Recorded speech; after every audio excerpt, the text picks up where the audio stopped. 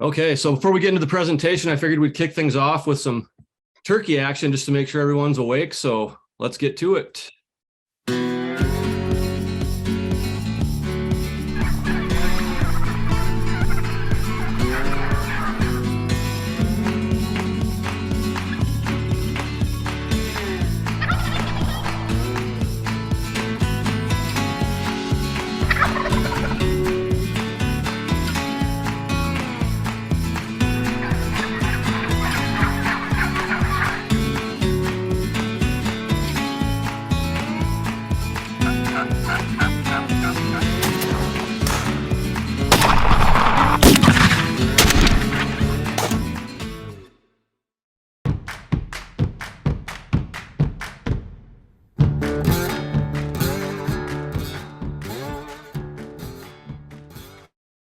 Okay, so first of all, I want to thank everybody for joining us this evening. This is an amazing turnout. We're really excited to be here with all you. And it's funny because I can remember having my parents drop me off at old school turkey hunting seminars at local sporting goods stores back in the day. And then I started hosting some of my own, and we were lucky to get 50 people at a lot of those seminars. So to know that we have several hundred people here for this tonight is really awesome. Just some general housekeeping stuff before we proceed. We know that there's probably going to be a handful of you on here who have very technical questions about HuntStand, and we are set up to help you out. But tonight, we're going to spend our time talking about how to shoot more turkeys. So if you have any technical questions for us, please email support@huntstand.com or hit us up directly on social media, and either myself or Will Cooper, who's also on this call, our content marketing manager, we'll get back to you and help you answer those questions and make sure you're taken care of. So you'll find us on Instagram and Facebook at HuntStand. Okay, so let's see here. Just a quick introduction about myself.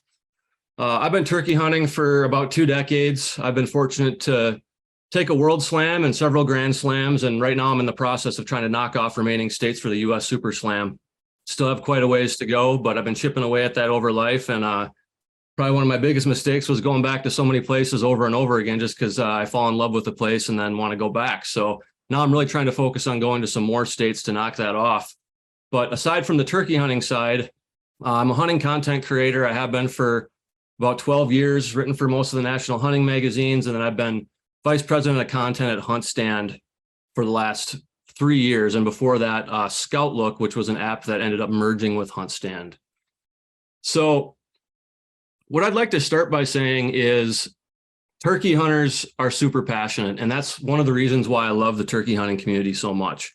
It's because of that passion and the general willingness to share knowledge and experience to help other turkey hunters. We all love to help each other have a better time going out there after the greatest game bird. And I'm just really happy to be part of that turkey hunting community. And if you turkey hunt long enough, you're going to realize there are a lot of ways to kill turkeys, and everyone sprinkles on their own little spice. But that's another reason why turkey hunting is so fun, because there are so many different ways to do it and have a successful hunt. That said, in my opinion, the best thing you can do is keep an open mind and be willing to tweak your own strategies based on your own experiences and the experiences of others. So what I'm going to share with you today are the strategies that I've personally refined over the years to find consistent turkey hunting success, no matter where I'm hunting turkeys. And before we get into the hunting and tagging turkeys part, I also want to say that I really do love everything about wild turkeys and all aspects of the hunt. The kill truly is a very small part of our collective turkey hunting passion, and we all define success differently. So depending on who you are and what your objectives are, we all define success in the turkey woods differently. A lot of folks are just happy with going out there and seeing birds. Other guys want to try to shoot as many turkeys as they can ethically and legally in as many states as they can during the course of the season. And there's nothing wrong with any of those definitions of success. But for the purposes of this hunt class, we're going to define success as getting you into birds, getting you into a position where you can consistently, and I'm going to keep repeating that throughout, consistently have encounters with turkeys, because it's one thing to be able to stumble out into the woods and run into turkeys every now and then, but it's a whole different thing to be able to do that consistently. So if you can glean even just one useful nugget of information that you can apply in the turkey woods from this presentation, then I think we're going to call that a win. And also with introducing this, you're going to want to stick around for the entire class if you can, because we're going to share a lot of great information. And we've got a very special guest who's going to speak at the end, our friend and world champion turkey caller, who you can see here on the screen, Paul Butski. And he's going to walk us through some expert turkey calling tips. I know we got a lot of questions leading up to this hunt class that you submitted when you registered, and a great number of them were about turkey calling. So if you're one of those people who wants to hear more about calling, you're definitely going to want to stick around until the end so that Paul can give you that advice on turkey calling. And also, everyone who sticks around who is live here, we're going to do a random drawing to win some sweet turkey hunting gear from AvianX, Ameristep, and Muddy. So you don't want to miss that either.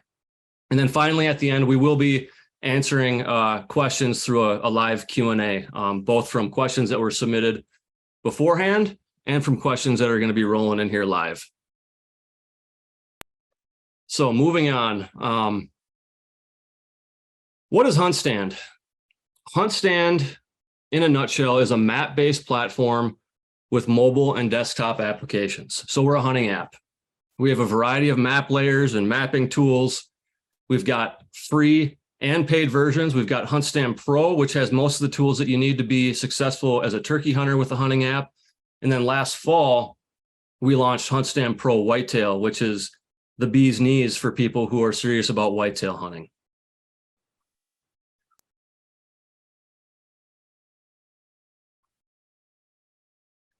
So if you aren't familiar with HuntStand, this is just an example right here of some of the screens from the app, so you can get an idea of what the interface looks like. But it is really, really an indispensable tool once you start using it for all your e-scouting and for all of your hunting while you're actually in the field, which we're going to get into here shortly.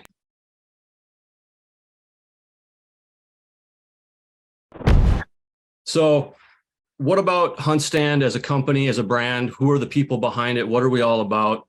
Rather than me sitting here trying to explain that to introduce everything, we'll just play this quick video that we put together, and it'll give you an idea of what HuntStand is all about. We are the restless, yearning for a deeper connection to wild things and wild places. Our tools evolve to stand the test of time and support our passion to give back more than what is taken. Together, we fuel the fire of future generations. And we're right there with you as you make your mark.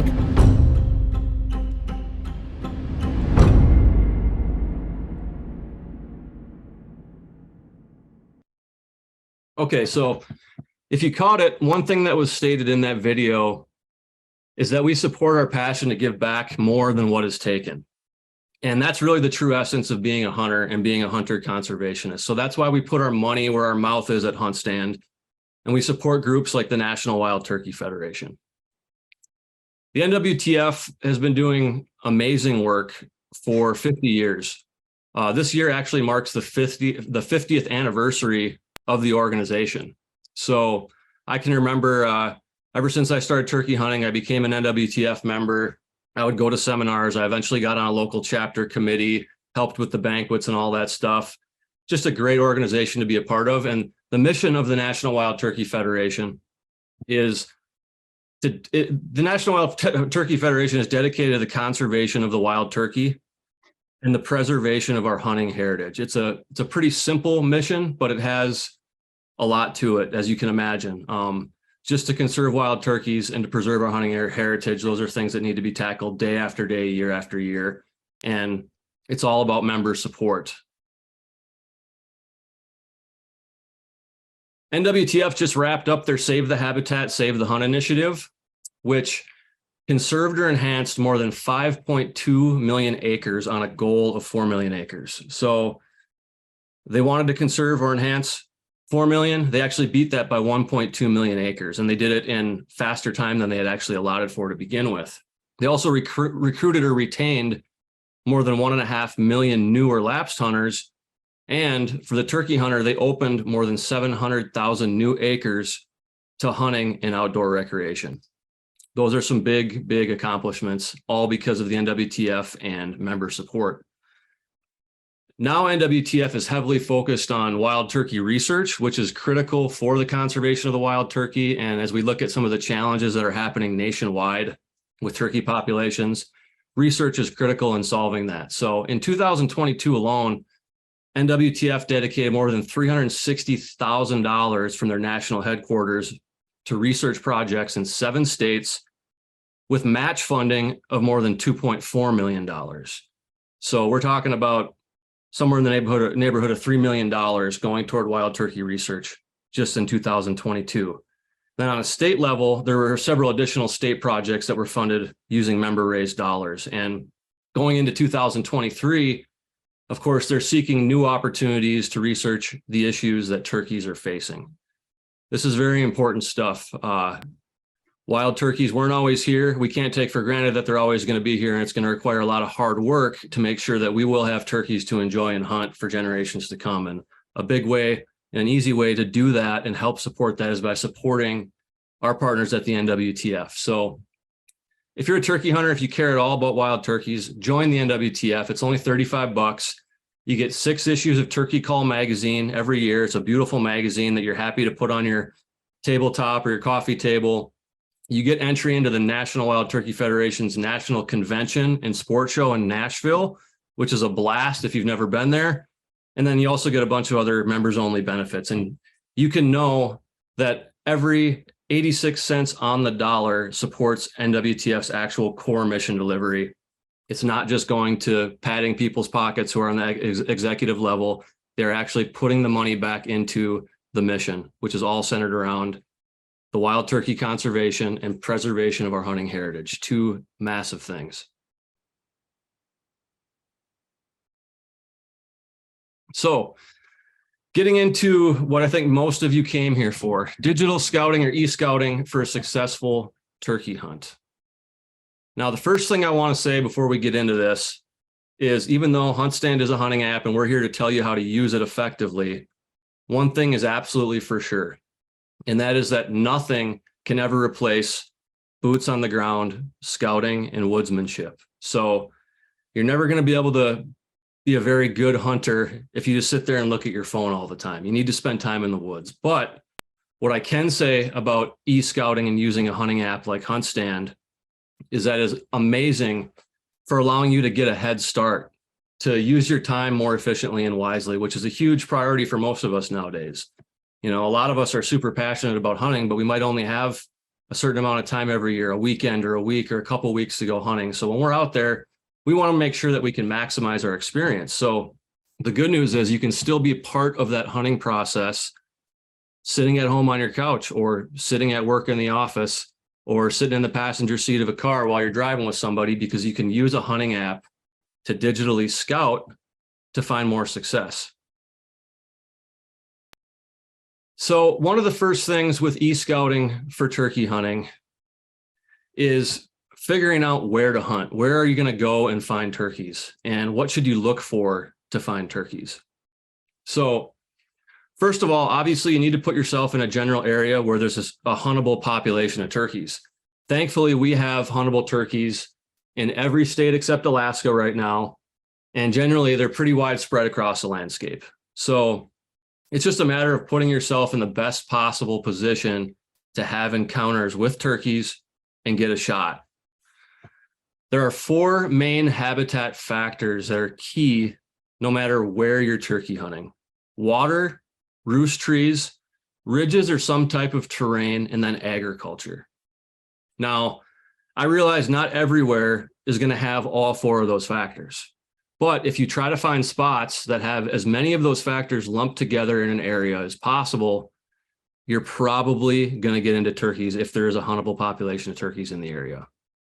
But let's say you're hunting a mesquite flat in South Texas, you probably won't have ridges. But if you find something for a turkey to roost on, and down in that country, it could even be something like a power line, just something that they can get up off the ground high enough to get away from predators, or just any kind of live oak tree or mature tree that's large enough for them to feel comfortable to get up off the ground from ground predators, and you combine a roost area with water in an area like that, you're probably going to be in the money. Whereas if you're hunting big timber in the Northeast, maybe try to find some adjoining agriculture, even if you don't have access to that agriculture. If there's turkeys in big timber, there's likely to be some adjoining agriculture around there, and you can almost bet that you're going to run into birds that are going to be trading back and forth between those two areas. So I'm going to share a 3D map view that you can get in HuntStand, both in desktop and mobile versions.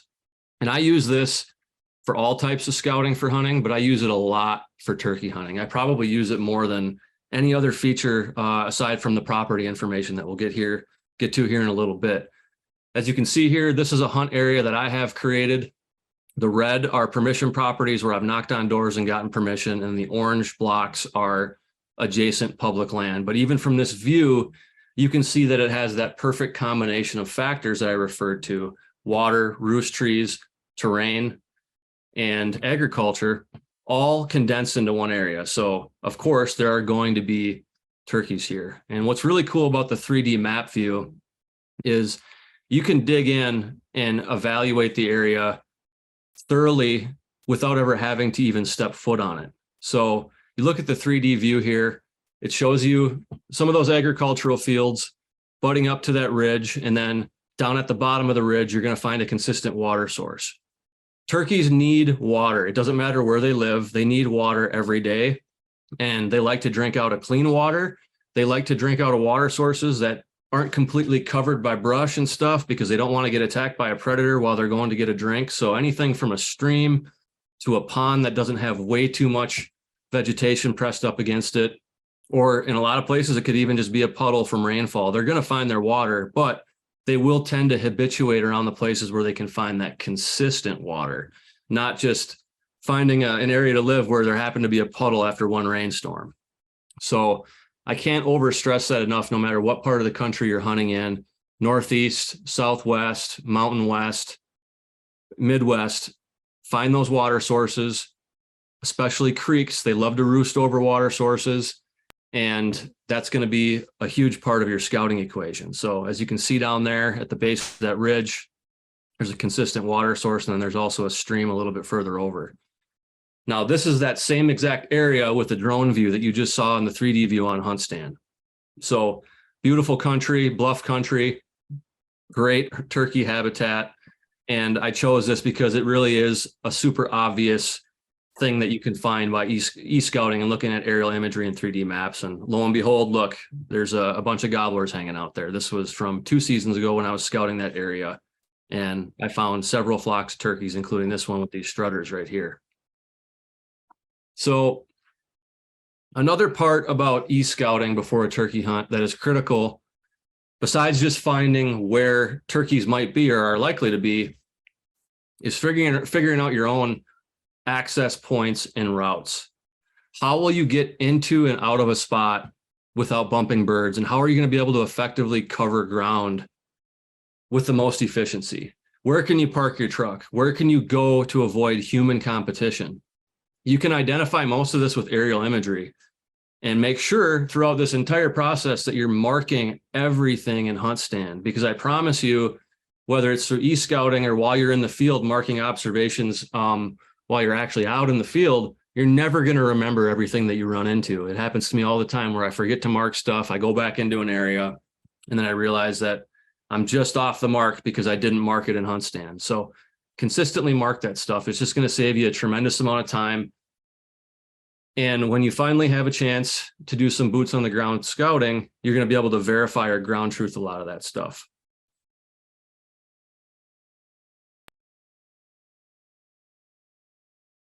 So when it comes to identifying those access points and identifying routes, those are also things that you're going to want to map out. So rather than going out there and trying to figure out like, oh, how should I navigate this property? Well, if you use the aerial imagery, you use the 3D maps, you figure out where you can park. If you're with a buddy, figure out where you can double park so you can drop one truck off, walk through an area, jump in the other truck, and then drive back, whatever it is. lay out that game plan. It's not always going to work when you put your boots on the ground, but it's going to be effective most of the time. So just keep laying all that stuff out, and it's definitely going to fast track everything for you and help you save a lot of time and ultimately give you more time in the woods. So when you're actually in the field, there are a number of uses for the HuntStand app as well. We have wind and weather forecasts, which are key for a lot of the obvious reasons. What are you going to wear when you wake up in the morning and you head out there? Is it raining? Is it cold? Is it going to be hot? What kind of layers do you need to bring? All that kind of stuff. But also, once you become more familiar with turkeys and their habits, being able to look at those weather forecasts to determine what days are going to be best for gobbling, what days are going to be best for hunting turkeys in fields. If you see that rain is going to be coming, maybe you want to go focus on fields because turkeys are likely to go to open areas. Those are all the types of things that you can relate to weather and use our forecasts to help you pinpoint your success even further. And again, while you're out there, log all your sign, log all your observations. If you find tracks, if you find live birds, if you find roost trees, if you find scratchings, any turkey signs, keep track of them, because what you're going to find is over time, you're going to identify pockets of activity that if you're just trying to store everything in your brain, you're not always going to put that full puzzle together. And also, while you're out there, you can use the app to analyze terrain, whether it be with the 3D maps or just using the standard, more topographical map layer that shows you the topo lines. I know a lot of hardcore turkey hunters are very, very serious about how they use terrain. They figure out how the birds use the terrain, and then they use that to their advantage. And even if you're just going to go approach an area for the first time, it's nice to know what you're getting into. Are you going to have to climb a big hill or a mountain, or are you going to end up down in some bottom? Like, use the terrain mapping in HuntStand, and it'll make life a lot easier for you. And then next, property information and property boundaries. So we have the entire United States in HuntStand Pro for $29.99 a year. You can access all 50 states of property information. I think we have something like 98 or 99% of the country covered with that information. So it's going to show you property lines, and it's going to show you who owns the land. And most importantly, if they're a landowner that doesn't actually live on that property, which you find a lot for farms, you can figure out what their mailing address is. So you can go address them by name and knock on their door to try to get permission. Or even if you just run into a situation where maybe you want to cross through their property to get to public land, you're going to be able to use HuntStand to figure out who they are, where they live, and go knock on that door and have a better interaction with them. And then the last thing I'll mention is our location sharing feature, which is great for strategy and also great for safety. So if you're out there hunting with friends, it's kind of nice to know where everybody is, even if you're not exactly on the same piece of property. If you guys are going out to, let's say, a big chunk of public land, it's nice to keep an idea of where your friends are at, so you don't step on each other's toes, and for the safety reason. And same thing goes for family back home. If you're a husband or wife and your wife or husband is back at home, you can share your real-time location with them in HuntStand for safety reasons. It's always a good thing to do. People should know where you're at if you're not hunting with somebody else. So this is just some examples of the screens in HuntStand. Once again, this is that was our weather radar. This is our 3D mapping. This is an example of how the property information looks. So again, it shows the landowner name, the property address for the property that you're interested in, and then the mailing address, which is oftentimes different from the property you want to hunt. The mailing address is usually where you want to go knock on the door and ideally be able to address that person by name, introduce yourself, and just have a good, warm experience with that landowner. We also have public and hunting land map layers. So if you're somebody who wants to strictly focus on public land or just utilize it as part of your overall arsenal of land that you want to hunt, we have almost every public land imaginable outlined in HuntStand. So you're going to be able to find those properties and know where their boundaries are. This is just a stealth cam clip of a hen that I got on camera a couple of years ago that I thought was kind of cool, so I threw it in here. I've got some video clips interspersed throughout this presentation to make sure everybody stays awake.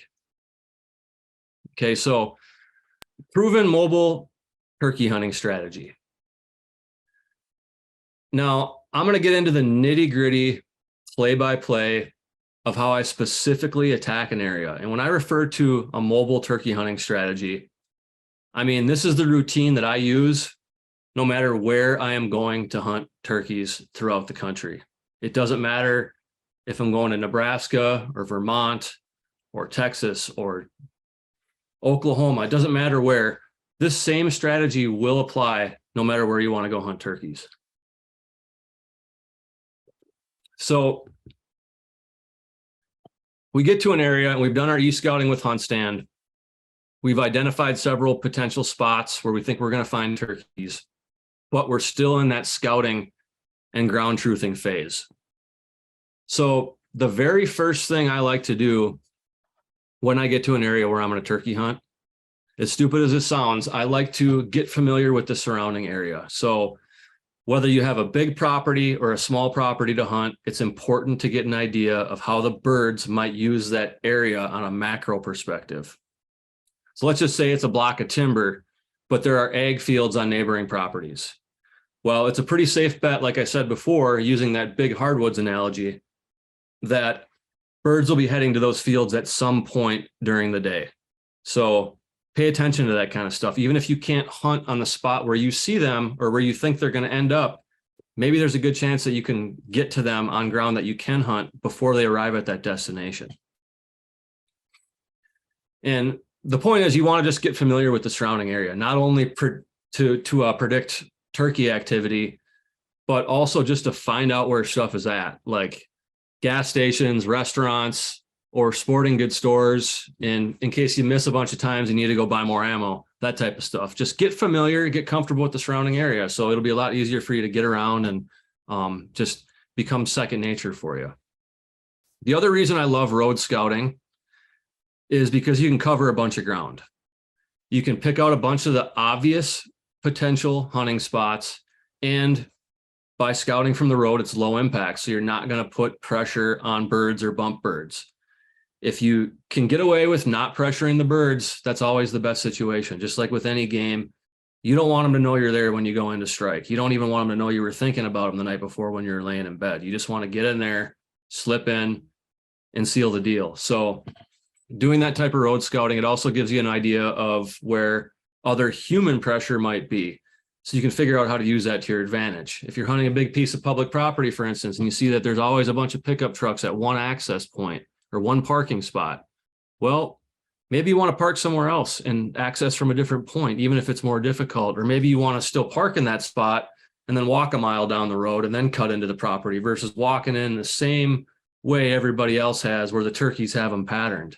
And for that matter, if you know somebody, if you know a bunch of people have been habituating in a certain area, then you're probably going to want to use that to your advantage. No different than you would like with a deer drive and deer pressure. Go hunt a pocket that has been untouched, where the turkeys are probably stacked up because they've been pushed in there. It's been proven with turkeys being radio collared and with gobbling observations and whatnot, that there's no question they quickly react to hunter pressure, and they generally gobble less and they try to move into areas where there's going to be less hunter pressure, or just avoid humans at all costs.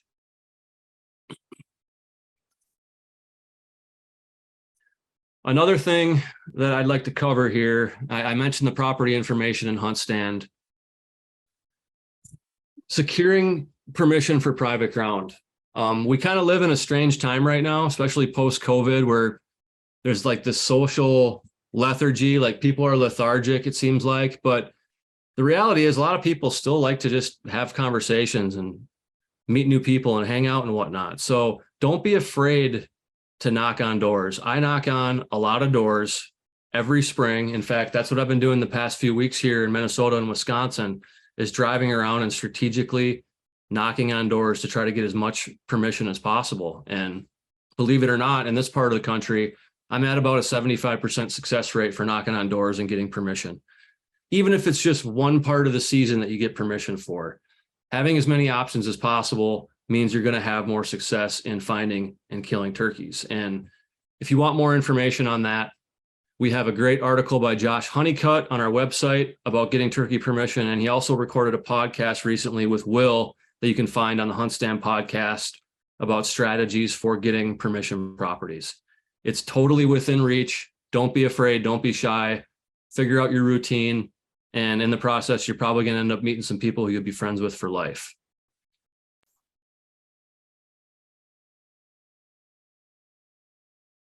Okay, so now I'd like to start getting into a play-by-play morning, midday, and evening hunting routine that I follow pretty religiously. Before I get to that, you can see here, this is one of the spots that I had scouted during the winter. It ended up being a traditional roost. These turkeys roost there all year, and they kind of disperse to the surrounding area throughout the day, but they always tend to come back. And then here's some more screenshots from HuntStand just to give you an idea of what the app looks like and how you can save some of the information that's going to be very, very important for your e-scouting and hunting success. So, morning routine. Let's get into this. And there's two ways to go about this. You could either start with the morning or you could start with the evening. And I'll explain that here as I go along, but we're going to start with the morning for the sake of this hunt class. First of all, and I know many of you in this class can identify, when you get serious about turkey hunting, you get very comfortable with sleep deprivation because the days are long, the mornings are early, and the nights are short. So if you're going to get serious about this, don't count on getting a lot of sleep during turkey season. Now, with turkey hunting, I think most of us could agree who are on this call, who have turkey hunted before, it's really all about the gobble. The vast majority of turkeys are killed simply because we can locate them based on gobbling. It really is the kryptonite for turkeys. Turkeys gobble all year, but gobbling does increase exponentially during the springtime breeding season. When the photo period starts to shift, their testosterone is triggered and they know that it's time to breed. And toms use gobbling to announce their presence, to attract hens, and stake their claim on their turf from other competitive gobblers in the area. So unless you can put your eyes on birds, which is often more difficult to do, your main goal throughout the hunt should be to locate a male gobbling turkey and then figure out how to lure them into your setup with calling or decoys or both. And the reason I say a male gobbling turkey is because, yes, there are a handful of hens out there that do gobble. I've run into a few. There aren't very many, just like there are a certain percentage of bearded hens. But the other reason I say that a male gobbling turkey is because the more you turkey hunt, the more you'll realize that it can be difficult to distinguish between a Jake gobble, and so an immature tom, or a mature tom gobble. A lot of times you'll think you're hunting the oldest turkey on earth and shows up and it's a Jake with a 3-inch beard. So don't be fooled. Sometimes you can distinguish it, sometimes you can't. If you hear gobbling, either way, there's probably a mature gobbler in the area. Even if there's a gang of Jakes that you're listening to, there's probably a longbeard lurking around somewhere. So don't discount whatever gobbling it is you hear. Now, turkeys gobble on the ground throughout the day, but they also do a fair amount of gobbling when they're roosted. So for morning hunts, it's a good idea to focus those morning hunts around roosts. Roosts are really the critical part of your hunting strategy, especially your mobile hunting strategy, where you're traveling to different places and new places. You only have a limited amount of time to hunt. It's not like a property you can go hunt multiple times a year, or let's say your family has a farm or you have a lease where you can watch the turkeys consistently and pattern them. You don't usually have that luxury when you're traveling and you're a mobile turkey hunter. So the best thing you can do is focus on gobbling and finding roosted turkeys. And if you've done everything right up until this point, you'll either have a bird roosted from the prior evening if you're on a hunt, and we'll cover that routine here shortly, but at minimum, you'll have likely you'll have marked likely roosts in HuntStand from all that e-scouting that you've done. And you'll have identified some good listening points from that e-scouting that you've done, such as hilltops or ridge tops or even bottoms in valleys, where you should be able to hear gobbles from a good distance. That is a huge, huge part of being consistently successful when you go hunting in new areas, is figuring out where to go to hear those turkeys gobbling in the morning and evening. So in the morning, get to that first listening point in the dark before the turkeys start gobbling. And if you come up empty-handed, this is going to allow you the time to move to another listening point during that prime early morning window when the turkeys are typically gobbling the most in the morning. Because usually what happens is they'll broadcast from the roost, they'll gobble. A lot of birds will wait until they get a visual confirmation of a hen. So they'll stand up in the tree, they'll look down, they'll gobble, and they'll wait till a hen flies down, comes within eyesight of them. And then a lot of times they'll fly down to that hen, they'll go mingle with her, do whatever they want to do that morning. If she's receptive to breeding, he'll probably breed her. And then at that point, he'll break off and he will go and try to find more receptive hens. So that's why right at fly down is usually a really good time to kill a turkey, or later in the morning. But once he gets with those hens, those live hens after fly down, it can be very, very difficult unless you're in their natural travel path to be able to pull that gobbler off of a hen. It can be virtually impossible. And one of the best ways that you can bring in a gobbler that is with a hen is actually by calling in the hen, not calling in the gobbler. If you can get a hen fired up, a lot of times she'll drag the boys with her. And Paul's going to cover a lot of that calling stuff here later on in the hunt class. But while you're out there in the dark, listening for turkeys, don't just listen for gobbles. You need to train your ears to identify all the different turkey sounds and turkey vocalizations.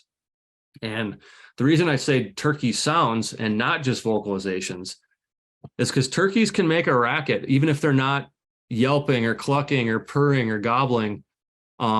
You can hear them jumping around in trees sometimes. You could hear leaves shaking.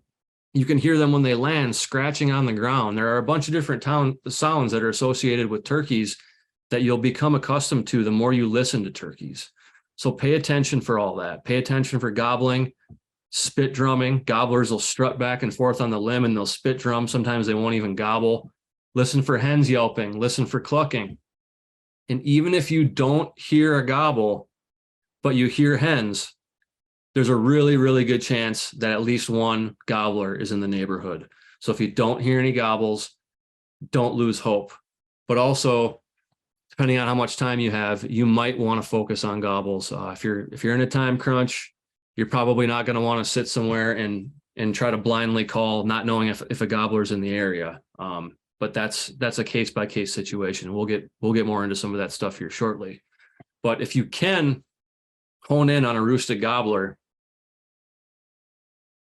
you might not even need to call. And if you are going to call, you're probably going to want to start with locator calls, such as owl hoots, or one of my favorite locators is a coyote howl. It's more aggressive, but sometimes a coyote howl is the only thing that will get a bird to shot gobble. And if you're in a spot, I'm telling you right now, do not hesitate to go absolutely nuts on that coyote howler. You can use your diaphragm call. You can just do it with your natural voice. You can bring out a specific howler like that you'd use for predator hunting. But usually it's an escalation. So start with something, start with no call at all. If they're gobbling, you might not need to call right when they're still in the tree. If they're not talking much or you need to pinpoint them better, you might need to lay down a locator call that gets them to shot gobble, like an owl or a coyote howl. If it's breaking daylight and you're at that listening point and you know a turkey probably should have gobbled by now, then you might just be in the wrong spot, or maybe that gobbler just isn't going to talk at all, which is going to make for a very, very tough hunt. Again, especially if you're limited on time. So if that's the case and you think you might be in the wrong spot, well, that's why I told you to get out there early, because you can quickly pack up and move somewhere else that you have already marked in HuntStand, because you've already done your e-scouting. You've got your A spot, your B spot, C, D, E, F. Have as many spots lined up as possible and just ping pong to those spots while there's some good gobbling activity still going on in the morning to try to get on a bird. But before you leave any location, before you write it off, don't hesitate to lay down some turkey calls. I talked about using locator calls like owl hooting and coyote howling, but don't hesitate to lay down some turkey calls. And again, we'll break that down more with Mr. Paul Butski, one of the greatest turkey callers of all time. So if you do get roosted, if you do get on a roosted gobbler, at that listening spot. You're going to want to move in on him slowly and carefully. And I tend to be pretty aggressive when it comes to getting in tight on birds. And again, the reason I'm sharing all this is because of that C word, consistency. This is what allows me to consistently kill turkeys, even on tight time frames. So as I'm moving in on a bird on the roost, I'll do it in stages so I can really pinpoint that gobbler's exact location. Depending on the time of year and foliage or terrain or humidity, sometimes it can be really difficult to pinpoint where a gobbler's at. So ease into them in stages. Don't just go charging in there, because as soon as he sees you, the gig is probably up. Even if he doesn't fly away out of that tree and take off, he probably isn't going to be receptive to anything when he hits the ground. He's going to be freaked out. So move on into him in stages. And it's never a bad idea to cover 10 or 20 yards, sit down in a killing position. If you're going to ease in on him in stages, every time you sit down, make sure you're in a spot where you can shoot him if you're able to call him in when he hits the ground. Don't just sit in some random spot with no cover or whatever. Find a killing position in those stages. Listen each time, hit him with that locator call if you need to, or a turkey call, and then assess with each stage how much closer you can get to him safely without him seeing you from that tree. And again, a lot of that's going to depend on the time of year and the foliage. Later in the season, when there's a lot of green on the trees, everything's leafed out, you'd be really surprised how close you can get. Turkeys are used to animals moving around, shuffling through the leaves. Walk like a deer, walk like an animal. Don't just go stomping in there like a human. You can even drag your feet once in a while to pretend like you're a turkey scratching, or cluck and purr like you're a hen feeding through on your way to his roost. Sound like a turkey, but you'd be surprised how close you can get. Now, my ultimate goal in the morning is to get to a gobbler hammering while it's still dark, so I can move in and put eyes on him. So that's why I get out there early. As in, like, I literally want to be able to see him in the tree, or at least be able to see him when he flies down and hits the ground. If you can see the bird, then you can assess how to properly work him into range. You can read his body language when he's on the ground. You can see how he's responding to calls. You can see if he's with other gobblers or hens, etc. And if he's not receptive, or he is with a hen or multiple hens and they mosey off and they go quiet, they go silent, then at least you can get an idea of where they're going. And if the turkeys do move off, it's time to look at the aerial imagery in HuntStand and get ahead of them and make another play. Otherwise, it might be easy to identify their likely destination, like an open meadow or an agricultural field, and be there waiting for them when they arrive. But if you see those turkeys are moving away, pull out HuntStand, and if you don't already know or have an idea of where they're going to end up, try to predict where they're going to end up and use the terrain to J-hook around them, give them a nice wide berth, J-hook around, and try to get in front of those turkeys so that you're in their natural path as they're traveling in that direction. And if that's the case, they might run right into you, or a gobbler has a bubble. So even if you're just off to the side 50, 100 yards, you might be able to pull that gobbler just a little bit off his hands to come and take a look and be in range, especially if you're shooting a gun and not a bow. If you don't manage to kill a bird at fly down or early in the morning, it's probably time to start thinking about your midday hunt. Sometimes you are better off just letting the birds go during those early morning hours after fly down, because oftentimes the gobblers will be with those hens, and it might be almost impossible to pull them away from those hens until later in the morning or midday when they're back on the search for hens, because the reality is they've already got what they need. They gobble to find hens.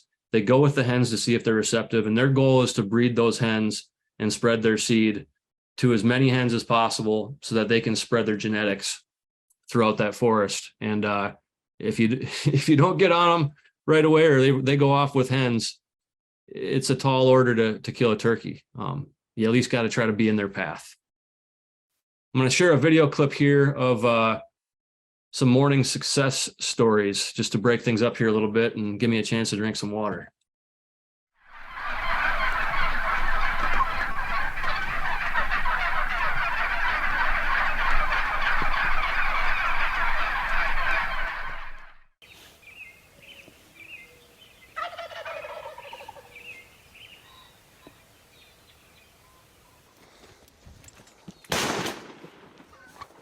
just roll them off.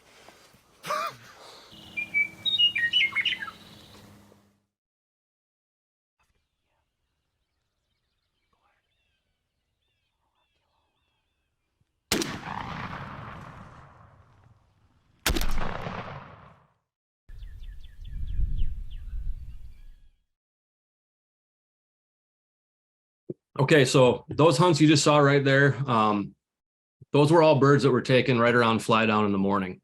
And all of that was based on successful scouting efforts. None of those spots were us just rolling in blind. We had done our homework using HuntStand, boots on the ground, figured out what these turkeys were going to do, and we're fortunate to be able to tag a couple of them. So moving into the midday routine, a lot of this is going to depend on land access and how much land you have to work with.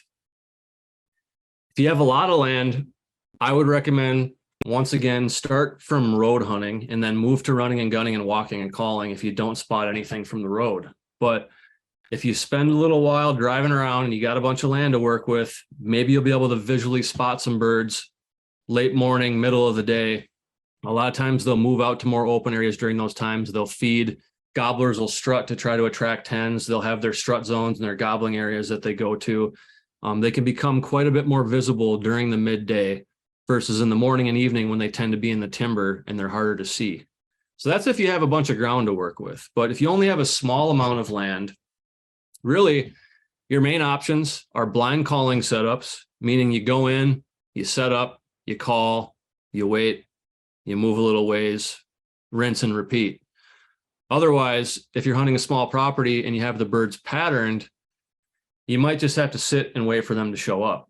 And sometimes that's just the way it is. If you're hunting a small property and you know that a bird's been showing up every day at 11 a.m., well, then go hunt that bird and don't go running all over the woods and ruin his pattern. Just be there waiting for him. But small properties can be very difficult to hunt. And I mean, I guess there are limited times where you might be limited to only having one or two small properties. But with the amount of public land out there and the ability to knock on doors and get permission properties, don't pigeonhole yourself to only having one or two small properties. It's just severely limits your options and it's going to decrease your success big time. Now, if you turkey hunt enough, you'll learn that if you do strike a gobbler in the middle of the day and he's hot and he's actively gobbling, there's a really good chance you're going to kill him. That's just kind of a good rule of thumb. If you strike a gobbler from that 10 a.m. to 2 p.m. time period and he's gobbling and he's responsive, don't give up on him. You might have to move on him a couple times. You might have to do a few things to coax him in. But if he's that hot, there's a pretty good chance you're going to be able to get a shot at him. Now, how aggressive you get will usually be based on how much land you have to work with and how much time you have to hunt. If you're on a short trip out of state or out of town with only a few days to hunt, you're probably going to want to hunt more aggressively. But like I said, if you're in an area where you have more time and you can be a little bit more conservative, sometimes that's a better play. I tend to go towards the aggressive route because I never limit my options. I always have plenty of places to hunt no matter where I'm going to go. I make sure that I do. Otherwise, I stress too much. I need places to go run and find turkeys. While you're out there during the middle of the day, pay attention to turkey sign. Don't just call and look for birds and listen for birds. Look at the ground, especially possible roosts with scat, scratchings, wing feathers. A lot of times you might stumble into a reliable roost during the middle of the day, and the turkeys could be a mile away at that point, but then they might come back to roost later that evening. So if you find fresh sign, fresh scratchings, it's clear that turkeys are habituating to an area, there's a really good chance that they're going to come back that evening, even if they're not there right when you're there in the middle of the day. Kick it over to another set of video clips here just for some midday success that we've experienced.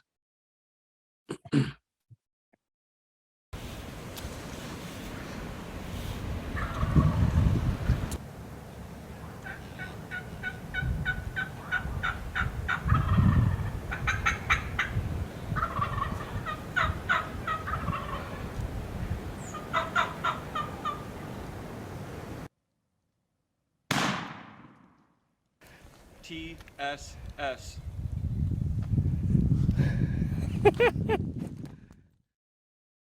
That was one of those birds that gobbled in the middle of the day, and he didn't stand a chance. Just a little anecdote. People worry so much about being able to call turkeys across barriers and this and that. If you get the right turkey and it's, he's hot enough, you can call him across just about anything. In that case, there was a super deep, nasty gully in between me and that bird. And he walked right across that thing like nobody's business. And he came in probably 300 yards in, I'd say, about 8 minutes, and came right to my gun into some heavy cover. That was a really cool midday hunt. This shows the hunt zone tool in HuntStand, which is our wind map. It shows you where your wind is going to be blowing from your location. It's a great tool for deer hunting or big game hunting, for making sure that you have good scent control. But a way that I like to use this for turkey hunting is, especially during the midday. A lot of times during the middle of the day, no matter where you're hunting, it's going to be windy, at least windy enough where it's harder to hear gobbles than if it's calm. So if you're going to approach a block of timber or an area to go run and gun and try to strike a gobbler during the middle of the day, and you have a choice, you might as well approach it from downwind, because it's going to be a lot easier to hear those turkeys gobbling if you're downwind of them. And I can promise you their hearing is good enough that if you're calling and they're upwind, they're still going to hear you just fine. So use that tool in HuntStand, just another thing that you can add to your arsenal to be successful. It's another shot of our 3D map view. Can't say enough about that feature. I use it religiously. I got hours into that thing. And then once again, here's our property information view. It shows you private information, public information, everything you need to figure out where you're at and try to get more properties to hunt. So I'm going to roll into the evening routine here to cap off this part of the presentation. And I'll say that your evening strategy really depends on if you want to try for an evening kill, or if you just want to find a bird to hunt the following morning. That's really what your evening hunt hinges on. And again, this is a matter of how much time you have and how much you can afford to be aggressive. If you got to roll out of town the next day to head home, you're probably going to want to try to kill a bird on his way back to roost. If you have more time to hunt, you probably want to wait around and hunt them in the morning, just because it's typically easier to kill turkeys in the morning or even the midday. Evening hunts, in my experience, are a lot more difficult than morning or midday hunts. But if you're pressed for time and you need to get aggressive, there are ways that you can make it happen. If you've already found a roost and you want to try killing a bird in the evening, get in tight and see if you can kill him while he's coming back to roost. Use those HuntStand maps, and looking at all of your logs of activity can make it a whole lot easier to find a solid evening setup. Of course, with getting in tight to a roost, you do run the risk of not getting a shot before the bird actually flies up in the tree, and then you're kind of hosed, at least for that evening. So at that point, you're either trapped and you need to stay there until the pitch black, where you can sneak out when he goes to sleep. I've done this more times than I can count. And then you can come back and hunt him in the morning if you don't bust him out. I've gotten into multiple full roosts of turkeys, upwards of 100 turkeys in one roost, where we've had to wait until pitch black to walk out of there when the turkeys can't see, most of them are asleep, and then come back and hunt them in the morning. Or if you're going to hit the road and your hunt is done, then it is what it is, and you probably just head out and you're not too worried about bumping that bird unless you got a buddy who's going to go in there hunt them, or maybe you're going to come back and hunt them later in the season. If that's the case, just wait it out until it gets dark and sneak out of there. And even if it's an area that you're going to come back to at any point in the future, maybe you just want to wait it out until dark and sneak out of there. Less pressure on the birds is always better. Now, if you can hunt the following morning and you put that bird to bed, or you want to put birds to bed, I should say, I recommend what I call power roosting. And this is so you don't put all your eggs in one basket. If you get a turkey roosted, it feels good. Maybe you want to head back to camp, eat dinner, have a beer, whatever, but don't just roost one turkey if you have time. Try to roost as many birds as possible before they stop gobbling in the evening. And to do this, I will literally run, like as in jog or sprint, in and out of spots, an owl hoot or coyote howl to get a shot gobble from a turkey that's roosted. And I have gotten shot gobbles at hours that you wouldn't believe. I've gotten shot gobbles at 10 p.m. I truly believe that you can actually wake turkeys up with certain locator calls, especially a really aggressive coyote howl, and get them to gobble. A lot of times, all I need to hear is that one gobble for me to get a decent fix on the bird's location, and then I mark it in HuntStand and I move on to the next spot. If I'm driving and the access allows for it, I'll cover a ton of ground in my truck. I'll park, I'll rip out that locator call, and I'll keep doing that over and over well past dark. Just cover as many spots as possible, listen for gobbles, mark them in HuntStand. If I'm with friends or several buddies, everyone will split up and do the power roosting. And then what we'll do is we'll get back to camp that evening, we'll take inventory and figure out where we're going to send people in the morning. I'm a firm believer, if you're hunting with friends, that we're all in it for each other. So if you've already killed your bird, you continue to hunt just as hard and scout just as hard until everybody in your camp has filled their tag. And if you don't hunt with people like that, you might want to find some new people to hunt with. This is another video clip I'll share here to wrap up this mobile scouting strategy section. And this was another example of success. And this was in the evening. My buddy had been hunting this bird for a couple days, which he thought was a longbeard because of its thunderous gobble. Turns out it wasn't a longbeard, but he was more than happy to shoot the bird when we put 2 and 2 together and finally got on him.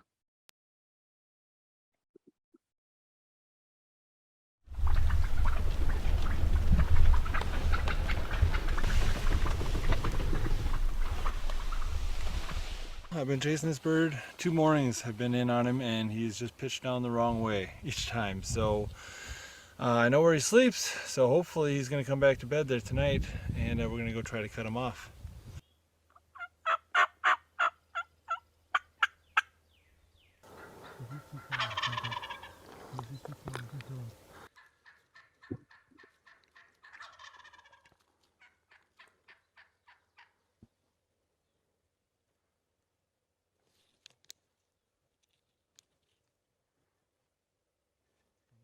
Go ahead.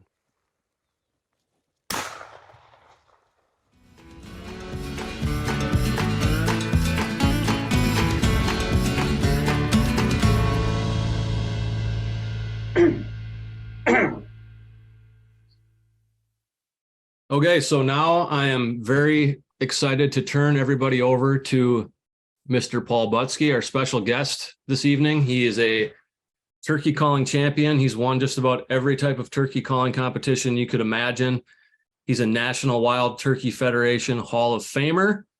And this guy has more than 50 years of turkey hunting experience. So everything that I just shared with you, he forgot all that stuff 20 years ago and then learned some more. So I'm going to turn it over to Paul. Thanks, Josh. Great job, man. It was awesome. You know, turkey hunting is a disease. Once it's in your blood, I guarantee you're hooked for life. And it's such a camaraderie sport that you could share with a youth or with you know, a companion, whatever it may be. It's a social hunt more so than any other type of hunting situation. But like I said, once it gets in your blood, it's over. It's a disease. And turkey season comes in. Well, I'll be heading to Florida here in about a week, and then it's nonstop from there. But I've been doing this like 50 years, like he says there, and it just never gets old. It just never gets old. Well, we're just going to talk a little bit about the basic calling aspect, and you know, Josh covered pretty much everything there that needed to be covered. There's just different styles of calling that it may be, and I know we got some novices that people are just starting off, and they ask the question, "What's the best call? What's the easiest call?" You know, I'm just getting going. Well, the thing about turkey hunting is you got to remember is you don't have to be a champion turkey caller to be a good turkey hunter. Like Josh said, woodsmanship by far is number one. And that's somebody that, you know, they go into a woods, they know where to set themselves, they know the position, they, you know, if they're a deer hunter, how to play the wind. These are all situations. And this is all woodsmanship. You learn that through experience. So that's the key. But some of the basic calls, and I'll show you. If you wanted a turkey hunter in about a week or so, you just grab yourself a slate call or a box call, and you're good to go. You just got to develop a turkey rhythm. You know, the tone quality is already built into the call. So you take the slate call. Let me turn this thing off right here. Hold on.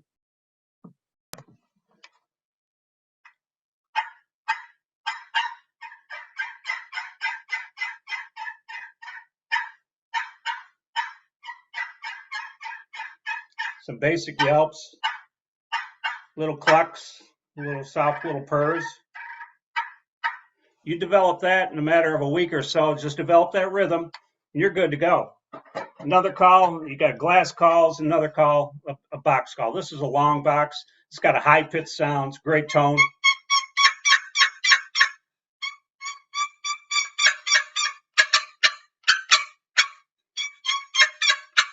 That cutting sound is a very aggressive call. I use that a lot while turkey hunting. Pretty much in all my scenarios when I hunt, whether it's in the morning, afternoon, evening, I'll do that. And, the cutting sound is a variation. A lot of people realize that, gobblers are very territorial in the spring of the year, but a lot of people don't realize hens are also very territorial. There are certain hens that run with the boss gobbler, certain hens that want to be bred first. And like Josh had said earlier, you get a gobbler out there and he's got 5, 6, 10 hens with him, you're in trouble. But if you get that old hen in that bunch fired up, you get to start cutting at her and she starts cutting back. Then it's a nonstop scenario once you get her going. That old gobbler might not be paying any attention to you, but he's going to follow that old hen along and you're going to crack at him that way. So that's like a bread and butter call to me. But let's start off in the morning. You did your homework, you did your scouting. You know where some turkeys are. You've heard them for a night or two, before while roosting them. You get out there and you owl hoot. And owl hoot, there are commercial owl hooters you could buy, or you could use your natural voice. Say the words, who cooks for you, who cooks for you all. Basic rhythm of a barred owl. Who cooks for you, who cooks for you all. And hopefully, that turkey gobbled. He's out there about 150 or 200 yards, and you want to get in position on him. And like Josh says, you try to get yourself, I'm aggressive too. I like to try to get close as possible. But then you got to watch it depending on the foliage. Early on in the season, it's wide open out there. So you got to watch when you're moving in and setting up. So I like to get about 100, 125 yards from that turkey while he's up there in a roost. And a little closer if you can, but there again, depending on the foliage. Get your back up against a large tree. The first call I'd make to him, just to let him know I'm there. You want him to know that, because that turkey could pitch down and fly out, kind of go the other direction or follow some hens. Some hens may be off in the other direction. So just let him know you're there. You give him a soft little tree call.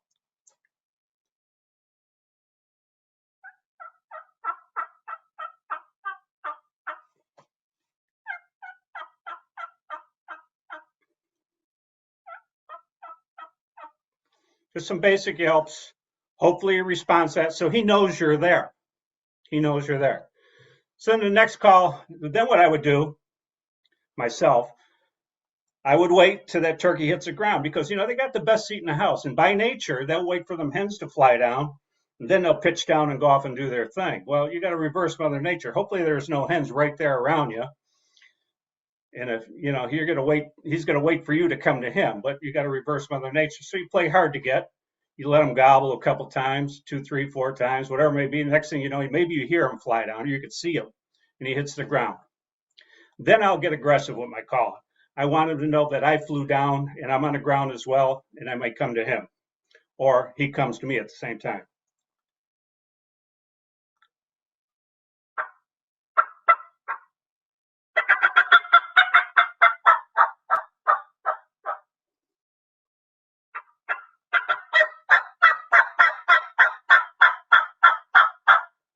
And I'll get aggressive with my calling because I want him to get to me now as quickly as possible before he gets intercepted by another hen.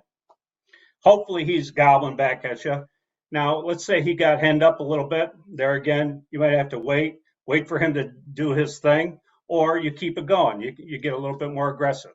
And I do that. I do that cutting, that carrying on like I did.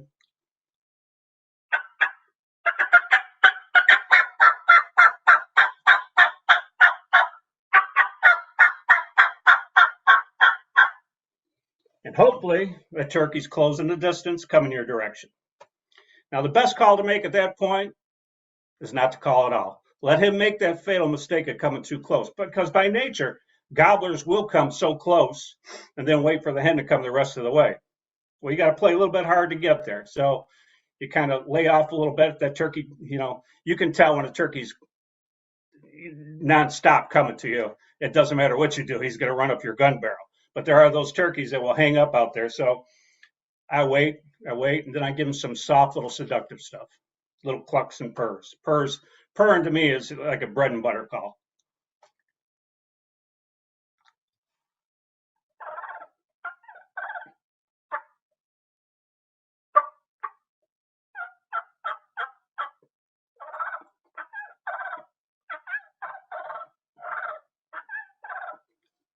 Hopefully that turkey decides to fold that tail fan up and walk your direction, and you get a crack at him that way. But those are some of the bread and butter calls that I use. And I use these calls throughout the day. There's really no scenario that I do anything really much different. And other than, in the midday, I'm a lot more patient in my hunting. I set up a lot longer. But like Josh said, you get a turkey to gobble in the afternoon, there's a good chance you can kill that turkey. Not all turkeys gobbled all day long. It's just you got to catch that bird at the right time. A lot of times it may be a little later on in the morning after he's done breeding the hens, and then he's looking again. But those are some of the basic calls that I use. A diaphragm mouth call is a call that I use a lot.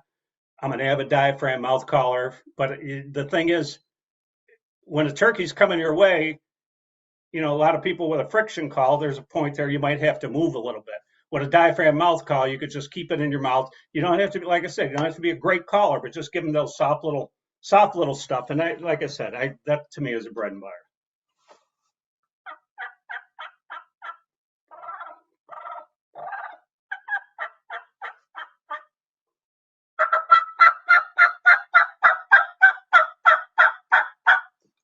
Basic yelps, clucks, purrs, cutting. Those are the basic calls you need throughout the day. It doesn't really matter. It doesn't matter what part of the country you're going. The call-in sequence, it's the same thing. And people ask, what are the hardest turkeys to hunt? I'm from the Northeast. I've hunted turkeys all over the country. And to me, the hardest turkeys to hunt are the ones that are hunted the hardest. Just like white-tailed deer. They adapt to the hunting pressure. Turkeys are hunted hard in Texas, they become harder to hunt. They get hunted hard in Florida, they become harder to hunt. So you don't have to be a champion turkey caller, but be a good enough caller where you feel confident and comfortable in your calling. Just don't be afraid to call, but be comfortable. Practice before the season a little bit. If you're going to take turkey hunting as serious as we do, just, in fairness to the game that you're hunting, practice a little bit before you do it. And you can easily do it with a friction call.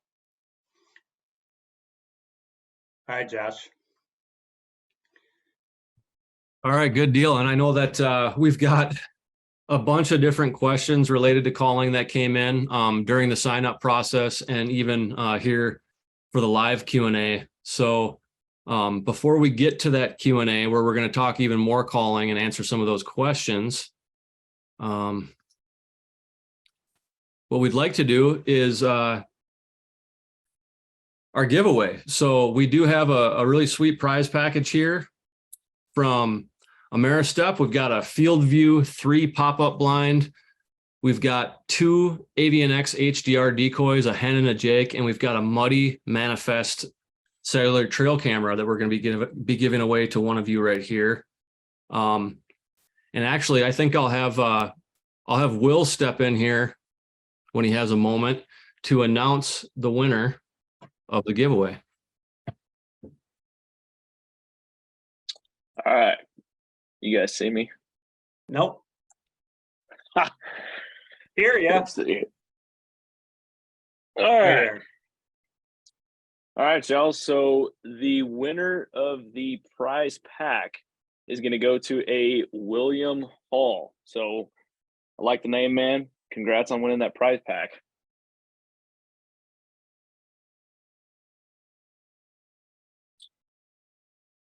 All right. Congratulations.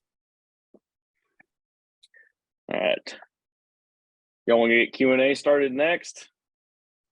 Yeah, let's jump into the Q&A. I know we got some really amazing questions. I just want to say that it was really hard to choose the questions because there were a lot of good ones that I think people could benefit from. And we did get a lot of management and biology related questions, like how to get more turkeys on your land and stuff like that. So we do have some podcast episodes coming up with Dr. Mike Chamberlain and Mark Hatfield. We're going to talk about some of that biological management stuff. Frankly, I'm not necessarily qualified to answer a lot of those questions. I'm not a biologist. I'm not a scientist. I know what I know about turkeys, but I don't want to pretend I'm something I'm not. So I think it would even maybe warrant another hunt class to have some of those guys on to talk just about turkey management and turkey biology. But in the meantime, we are going to have these guys on Will's HuntStand podcast in the coming weeks. So be on the lookout for that. And who knows, we might even do a special episode specifically to answer some of the additional questions that we can't get to this evening. And there were also a lot of archery and bow hunting specific questions that came in. Same thing with that. Maybe we'll have to do a special Q&A like answer session in the podcast to address a lot of that, just because we're running short on time this evening. But in the meantime, we do have a lot of great articles at HuntStand.com in the field notes section that are specific to bow hunting turkeys. So head over to HuntStand.com, check out some of those articles, some really good information over there. So kick it over to Will. He's going to be presenting the questions, and me and Paul will just spitball and try to provide answers if we have the answers. If not, we'll just pretend like we do. Well, I'll take it from here. And so, yeah, till about 8:30, we're just going to run a Q&A session. We're going to try and get through as many questions as we can. We've got a lot. We had some questions that were asked to us before the hunt class tonight, and then I curated quite a few from the Q&A session that I was checking on here. So this first one we'll throw at Josh. So number one is, what is the best way to scout or hunt turkeys on land tracts that don't have open areas or fields? So an example of that would be a large hardwood stand. So when it comes to hunting big woods for turkeys, like I said before during the hunt class, if you can possibly find some adjacent properties that do have those openings, that do have that agriculture, have some of those other resources that turkeys want. A lot of times, especially with public land, and especially public land out west, just like with elk hunting, a lot of that property for the public land for elk will be timbered. It'll be national forest. It'll just be giant stands of either pines or hardwoods. And quite often the turkeys will live in there and they'll roost in there, but they might trade back and forth from that and then some neighboring properties. But if you're in a spot where they just live in the hardwoods full time, you're just going to have to hit the ground a lot harder than you would in an area that's more broken up. And you're going to need to spend more time in the woods. You're not going to be able to do as much e-scouting. That's just the reality of it. The e-scouting will help you find those pockets if they exist. You can use our monthly satellite imagery to see through the foliage, so that you're not having to look through the tree cover to see where some of those openings might be in the woods below the canopy.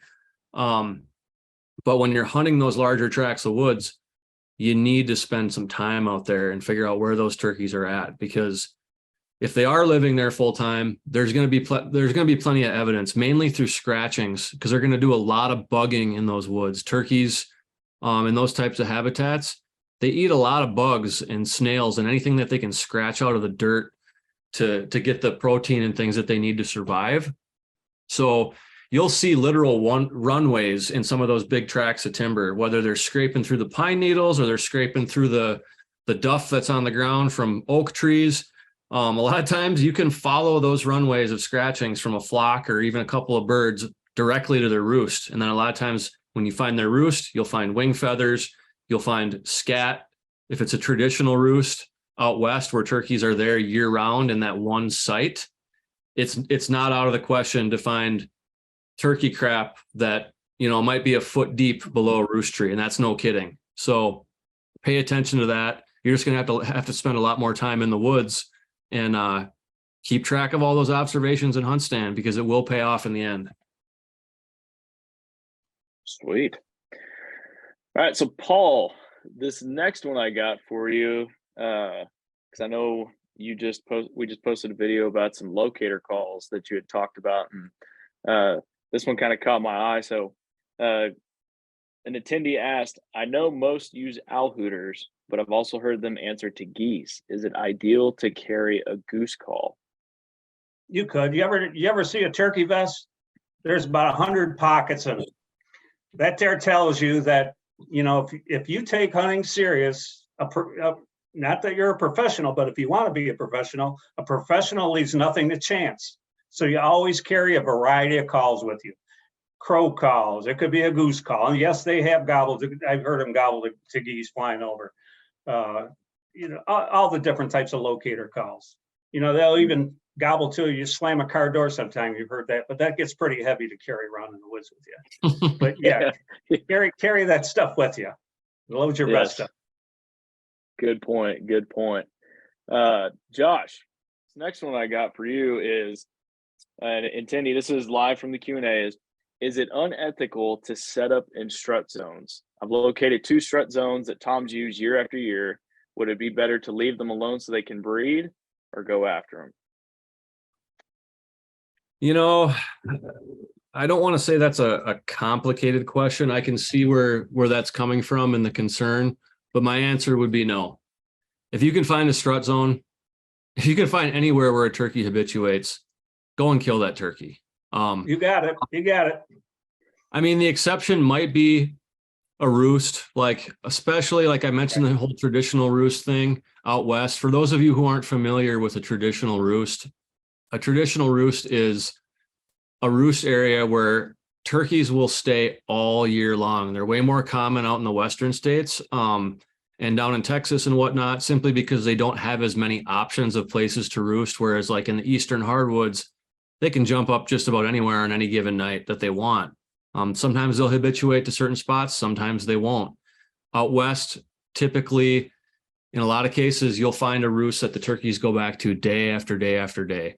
So in those cases, you're way better off giving them some buffer around that roost, because if you blow one big cottonwood tree where there's turkeys roosting every night, I don't care how much land you have to hunt, that might be the flock that you can hunt in that area. And if you blow them out there off that roost, they might go somewhere, even if it's just for a couple days or a week, and they might not come back while you're there to hunt. And you might be SOL on those turkeys. So the only thing I would say to honor would be something like a traditional roost. But other than that, man, if you got a turkey pattern that well, go in and kill them. And I hate to say it, but you know, it's a miracle if a turkey lives to 3 years old. So, I mean, you got to take your opportunities when you can get to them, especially if it's a long beard. You're not really biologically making any impact by going and killing that turkey in his roost or his strut zone, unless Paul can say differently. Oh, you got it. You nailed it. I guess this next one's for both of y'all, because I'm interested to hear kind of both of y'all's takes. I feel like I know the answer already, but can you overcall?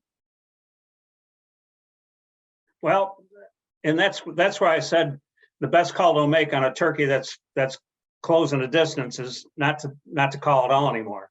Let him make the fatal mistake of coming too close, because yeah, you can call too much to a certain point, but you got to take the temperature of a gobbler.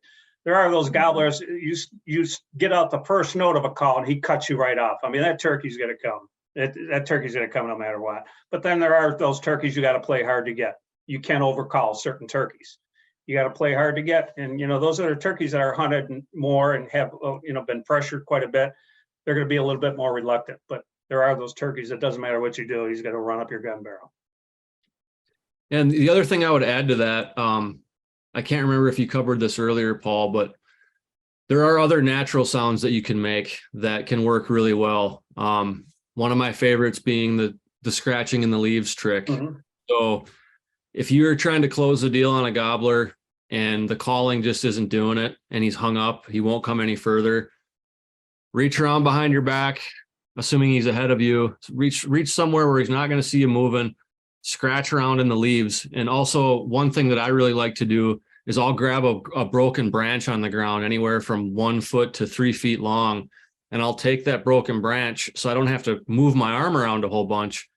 And I'll grab the branch and I'll just rotate my wrist on the ground with that branch. So the branch is moving the leaves at ground level versus me going like this. So there's less movement and you get a bunch of sound out of it. And they'll think it's just a bunch of turkeys that are strutting or scratching around in the leaves. And sometimes that can be really fatal. Yeah. And you got to remember, a turkey's hearing is about 5 times better than ours as well, too. So. Next one I got from Terry in the Q&A session is water the first goal when they fly down in the AM? I'll try to answer that one before. I mean, Go ahead. The only thing consistent really about turkeys is that they're inconsistent. And there's another that brings another phrase to my mind, and that is turkeys have no idea where they're going, and they've got all day to get there. Yep. There's no telling what a turkey is going to do when it hits the ground, unless it's made contact with a hen. Then it's going to go and do whatever that hen decides to do and stick around with her to see if she's receptive to breeding.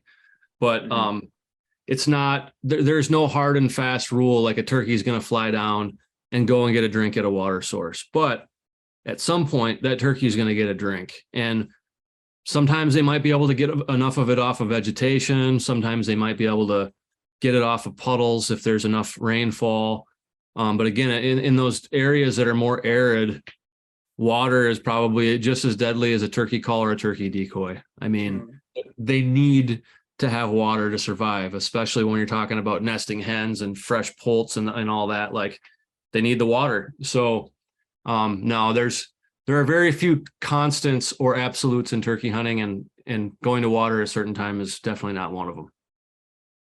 Gotcha. Paul, what's your go-to call sequence on a hung up gobbler in his strut zone? Soft calling, soft clucks and purrs, soft yelps. That's basically it. I want him to come looking for me at that point, and I'm going to play a little bit hard to get, because if he's hung up, he's waiting for me he knows I'm there. He's already pinpointed where I'm at. So I shut up for the longest time, like I've moved off, and then if he doesn't close the distance, then I just soft bread and butter call, scratching the leaves, whatever, just to let him know that I'm still there. That's my go-to call with hung up gobblers like that. So Paul, we've still got 400 people here. Why don't you show us a soft calling sequence again, just because I'm sure people can't get enough of it.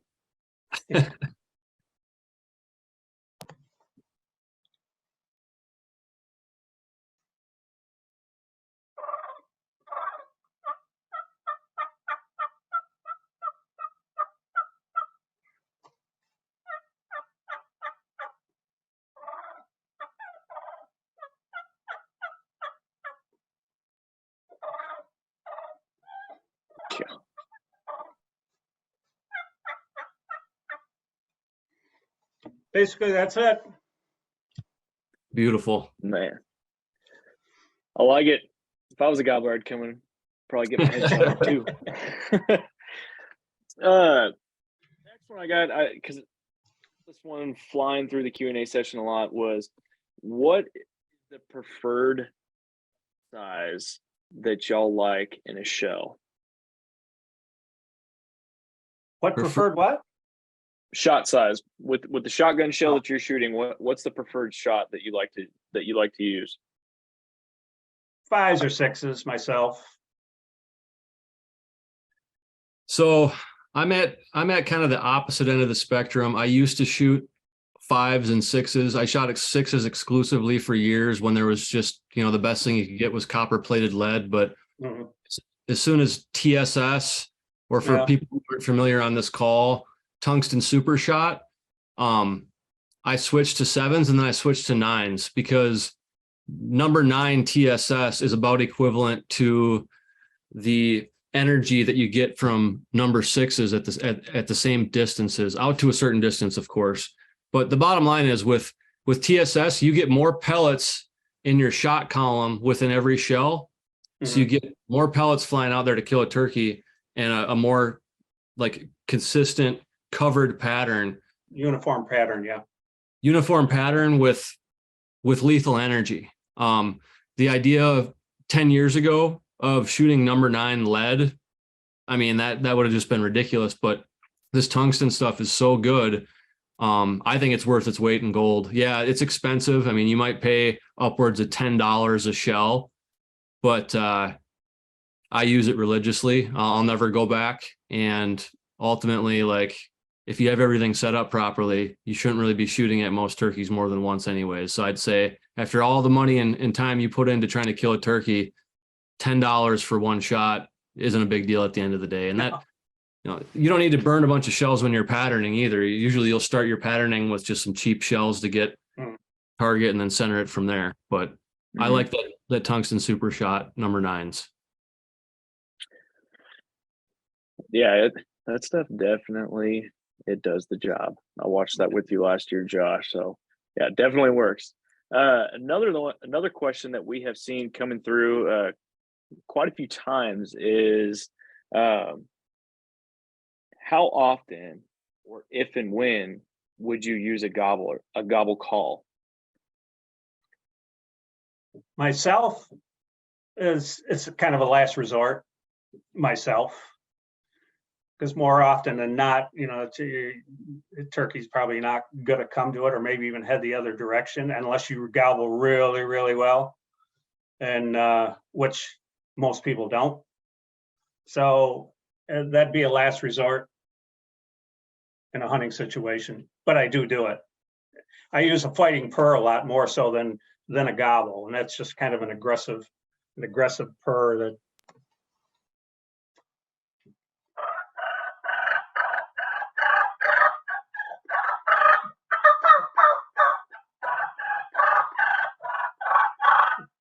something like that would be, to me, more.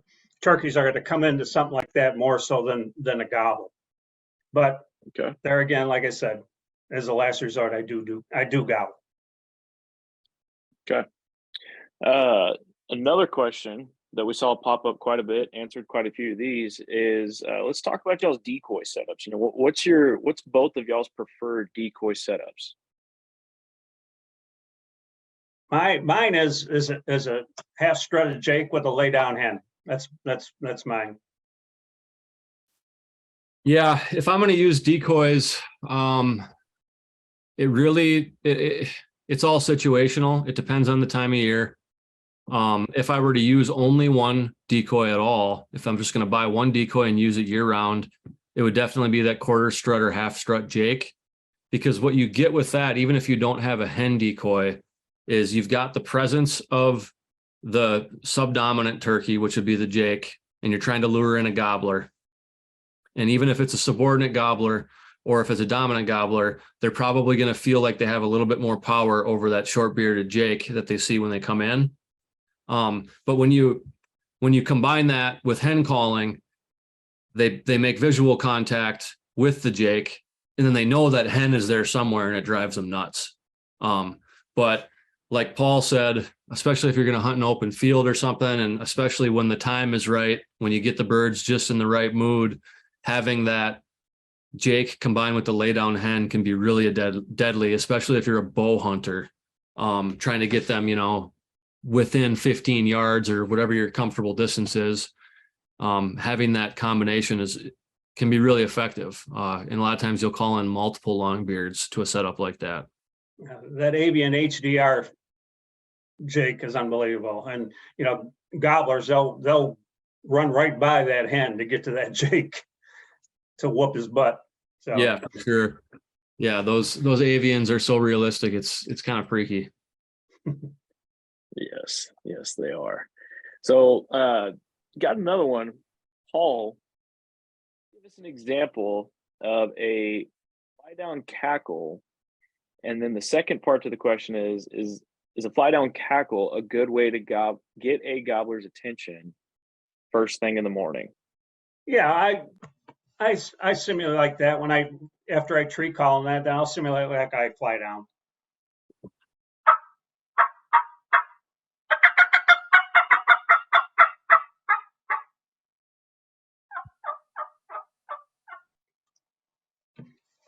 It's all part of my sequence that I do. I do that, some tree calling, simulate like I flew down, do some yelping when I'm on the ground, some cutting, get them fired up, get them to start coming your direction, do the soft little clucks and purrs. Pretty much that's my basic routine. But there again, nothing is foolproof with turkey hunting. Just like Josh says, what works 3, 4, 5 times in a row might send that turkey in the other county the next time. So nothing is foolproof. But it's turkey hunting is a numbers game, stacking the odds in your favor, which greatly increases your chances in a turkey wit. So the more you got in your bag of tricks, the more successful you're going to be with turkey hunting. But that's pretty much my go-to sequence. Yeah, and I would to reflect on that with the fly down cackle. I think what that touches on more than anything is the emotion in calling. And I mean, seriously, thinking like a turkey, thinking like a gobbler, trying to think about what is his like, what is going on in his head, and where's his head at? Yep. Do we actually know? No, of course we don't. But like, the more emotion that you put into it, the more realism. That's the thing, and that's why like a fly down cackle, it's a believable thing to sell the deal to him. Especially if you add beat your hat against your leg, or if you carry a turkey wing, beat that up against the tree to sound like the wing's coming down. Anything to add that level of realism, especially if it's a bird that has been called to a bunch. What might end up sealing the deal for you is just that one extra believable thing that you do that the other 10 hunters before you didn't do. So that's right. That's why, like Paul with his sequence that he's talking about, it's a routine that you follow to try to get those turkeys to believe, to buy what you're selling.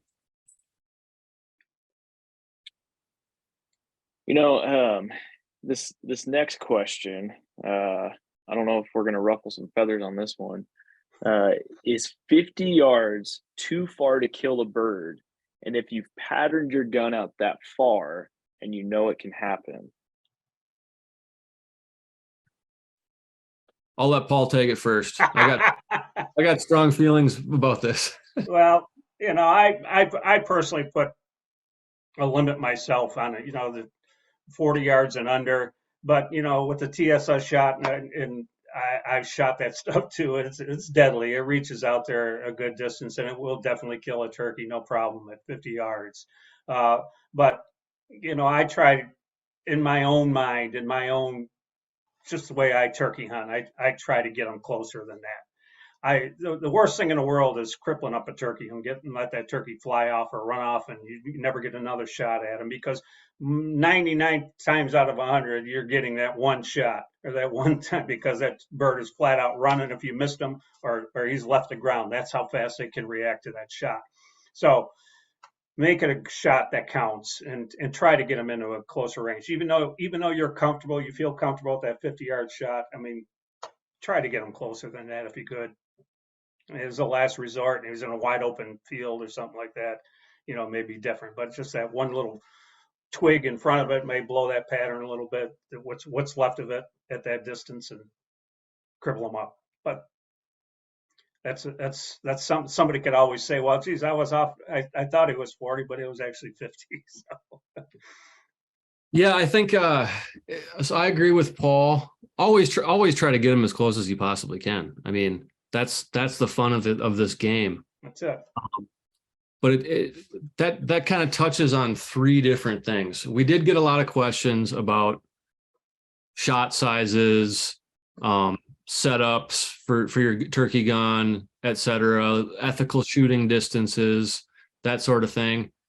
But what it comes down to is, what are your own personal goals? What are your own personal objectives? What are you going to be happy with? What do you want out of the hunt?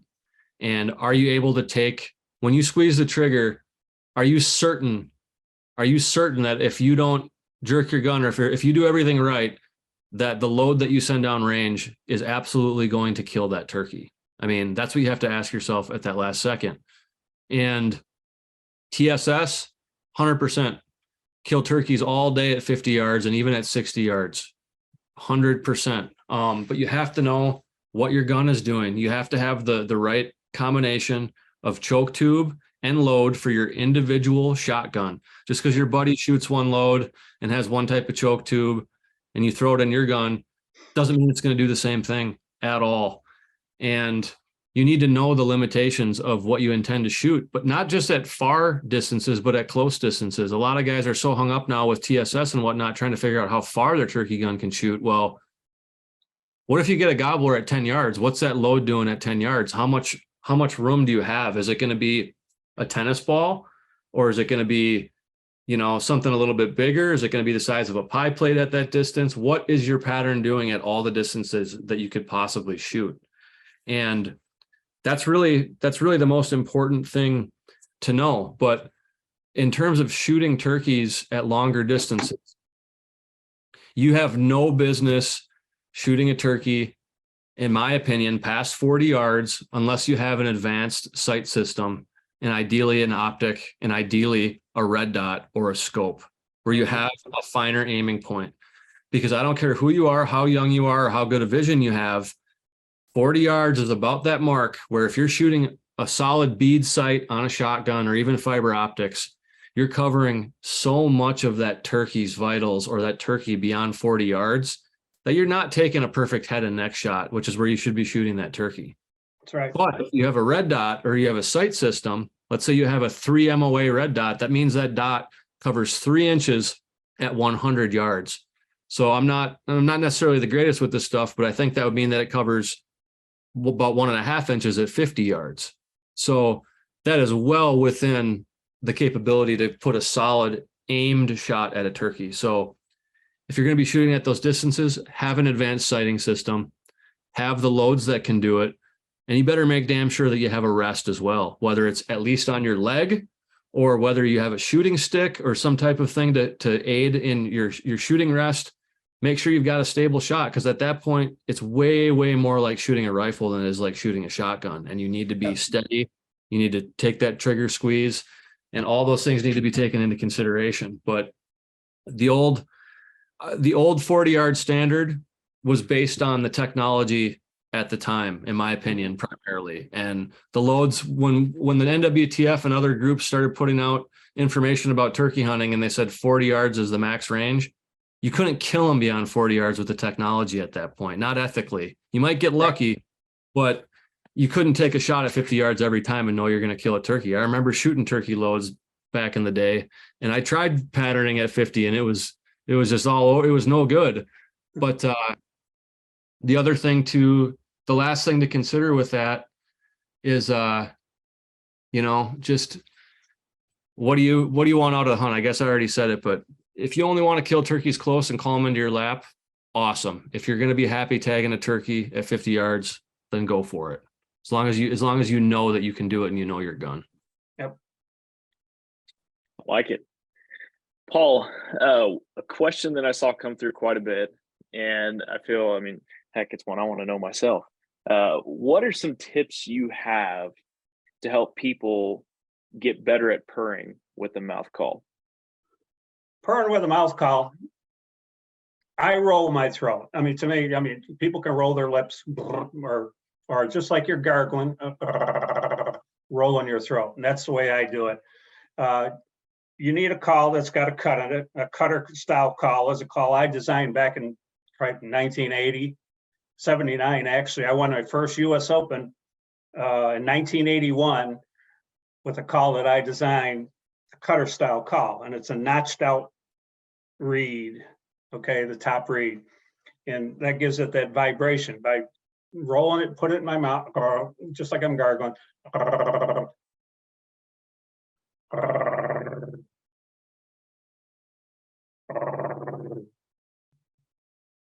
And using my lips. Oh, you got to hit that sound button again. Oh, okay. like rolling my throat, like I said.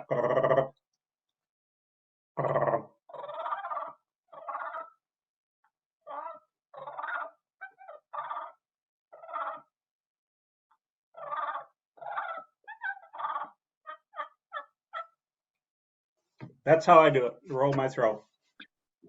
Are you putting pressure on that reed still with your tongue, or you're letting? I vary the pressure. I vary the pressure. I'll start off as it goes up. It increases the I do it like,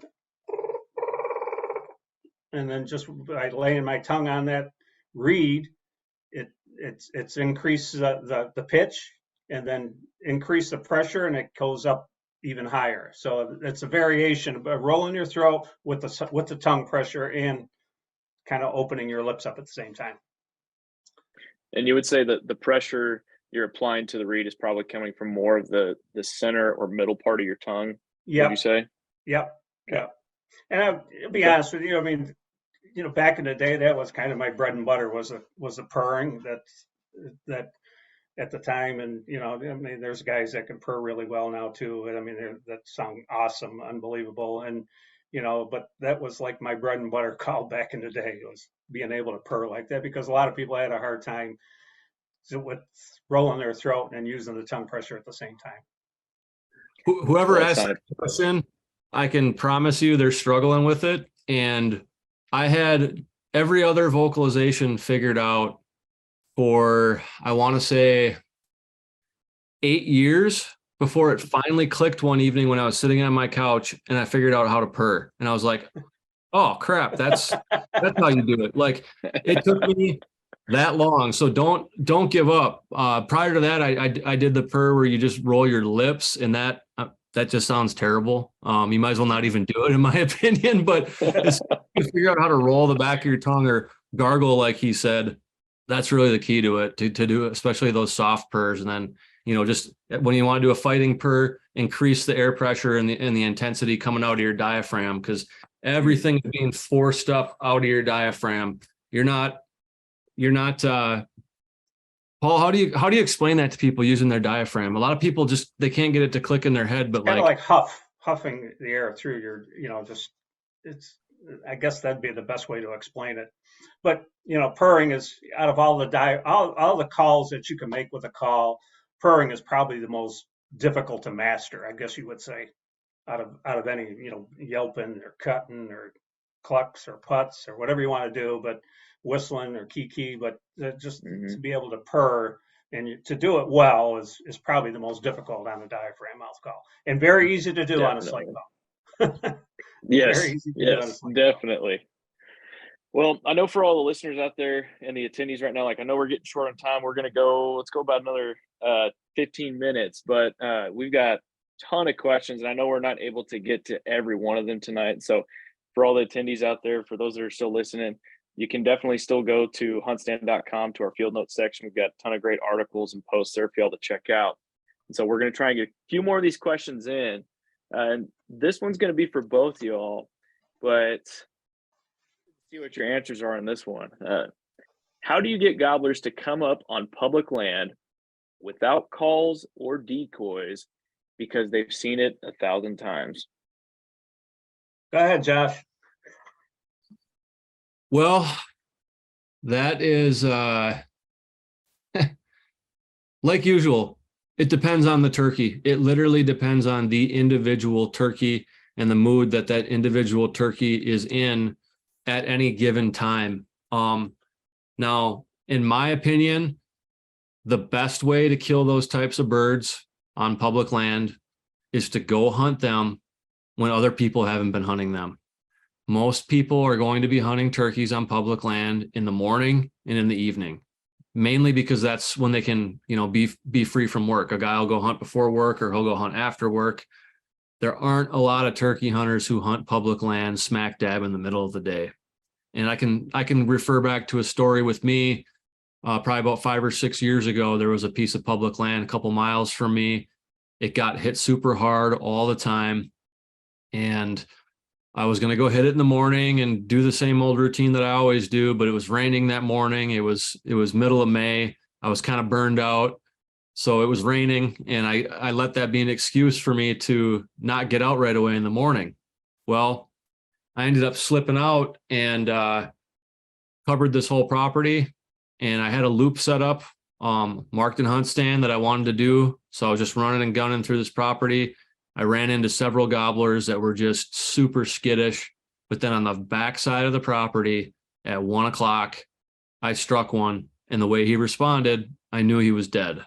I set up on him, and within 5 minutes, he came in silent, spitting and drumming. He stopped gobbling, but I could hear him drumming coming in. I shot him with a 20 gauge at about 15 yards on a trail where people walk their dogs all the time. It was a multi-use recreational property, so it wasn't just a hunting public land. But that's one of the best things, in my opinion, that you can do. If you're forced to hunt that spot, you don't have other options, try to go hunt during all the time periods when other people aren't hunting, because the turkeys know, just like deer know, they're going to move. They're going to do what they have to do to survive and breed and reproduce.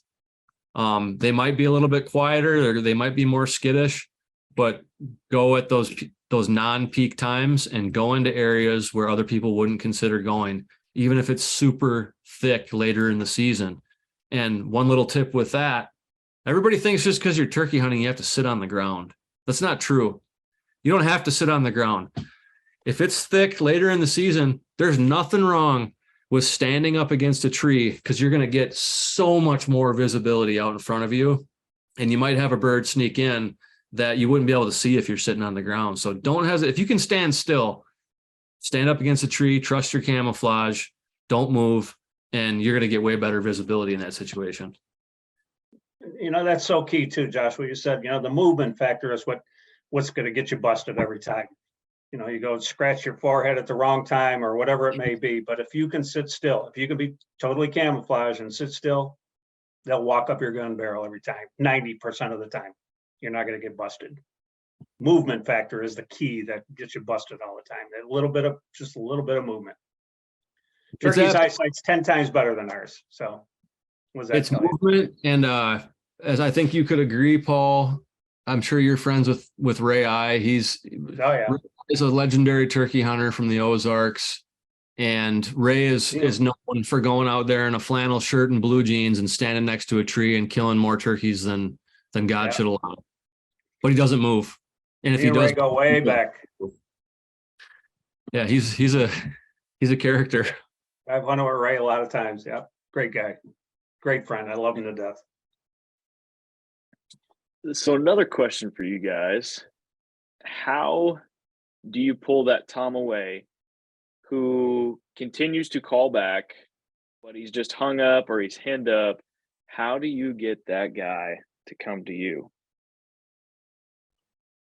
Personally, like I said earlier, I like to cut. I like to fire up the hen. That's the hens that are with him. I mean, you get the hens talking, you get them to turn and come your direction, you're gonna get a crack at them.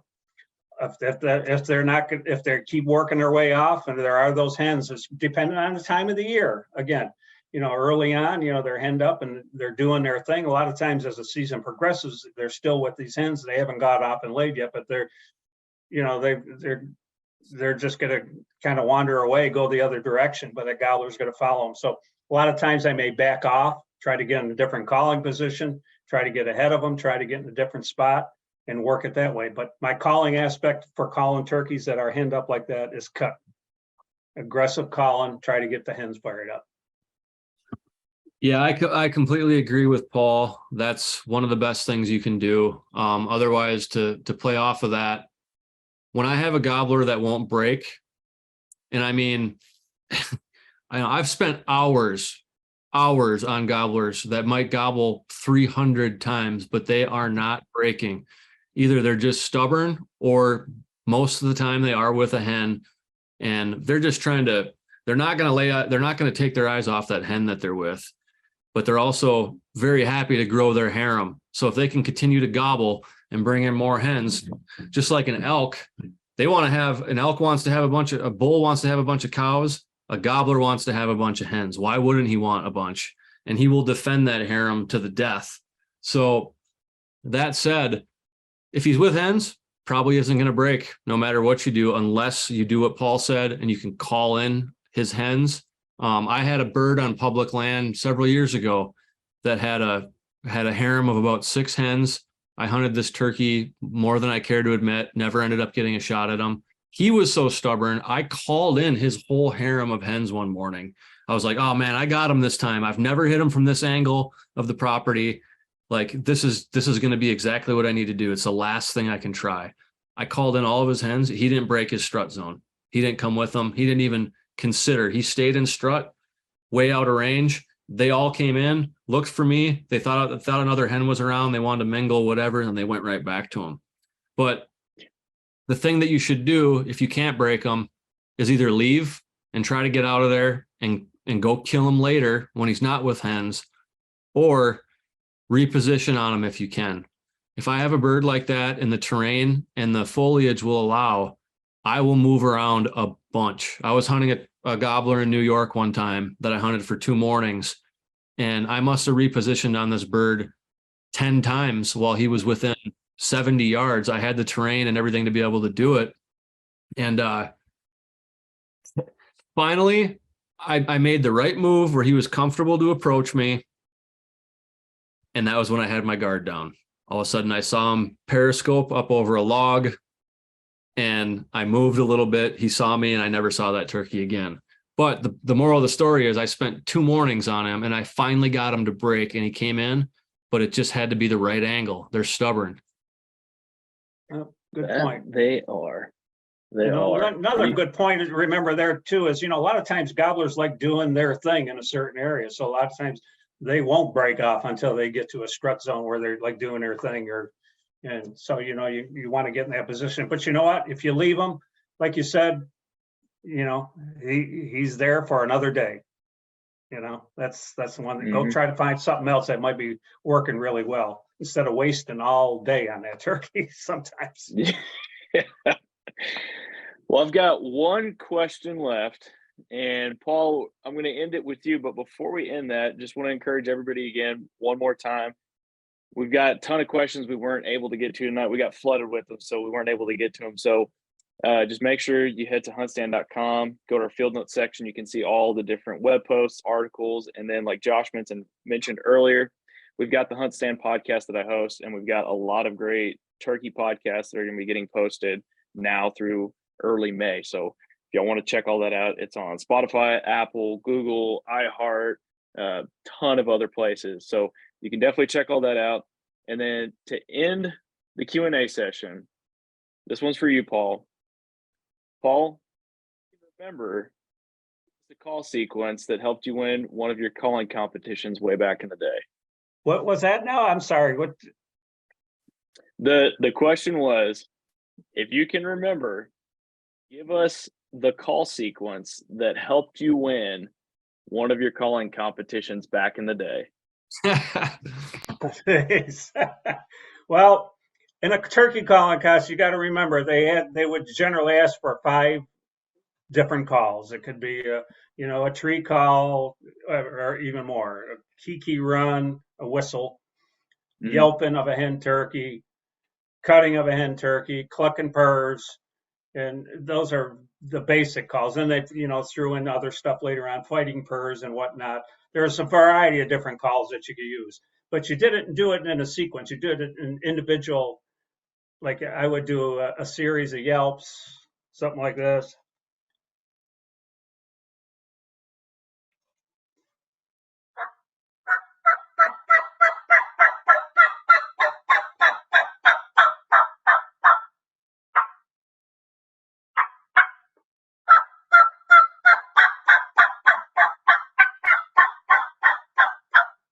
And then you do that twice, and then they would ask for another call, whether it be purring or whether it be. So that's basically how it worked. It really wasn't put in a situation type call until now. Now in the turkey at NWTF, they did it. They're doing it in some situational hunts where you'd run through a situational, just like I did, where a tree call to fly down, to yelping, to cutting, and clucking and purring. I think whoever asked that, what they're getting at is they just want to hear you one more time throw out the whole kitchen sink, Paul.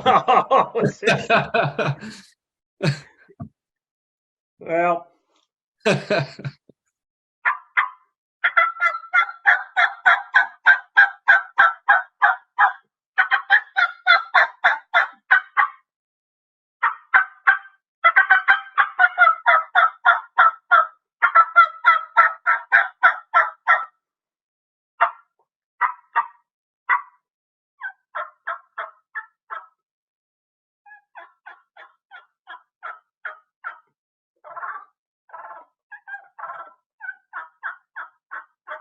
boom.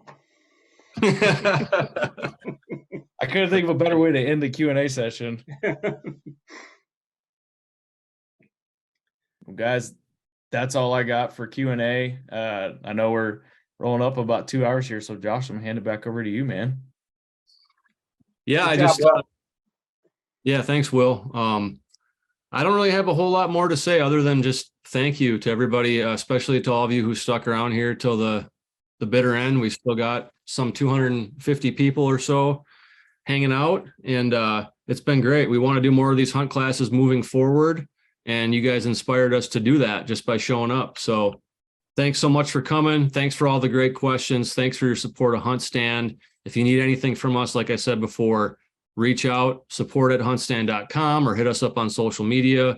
You can also find me or Will individually on Instagram if you want to ask us any personal questions. We're glad to answer that stuff, and we're just glad to continue to build this turkey hunting community that we love so much. So thanks again for coming to this hunt class with HuntStand, and have a good season. Thanks, and good luck this spring. Absolutely.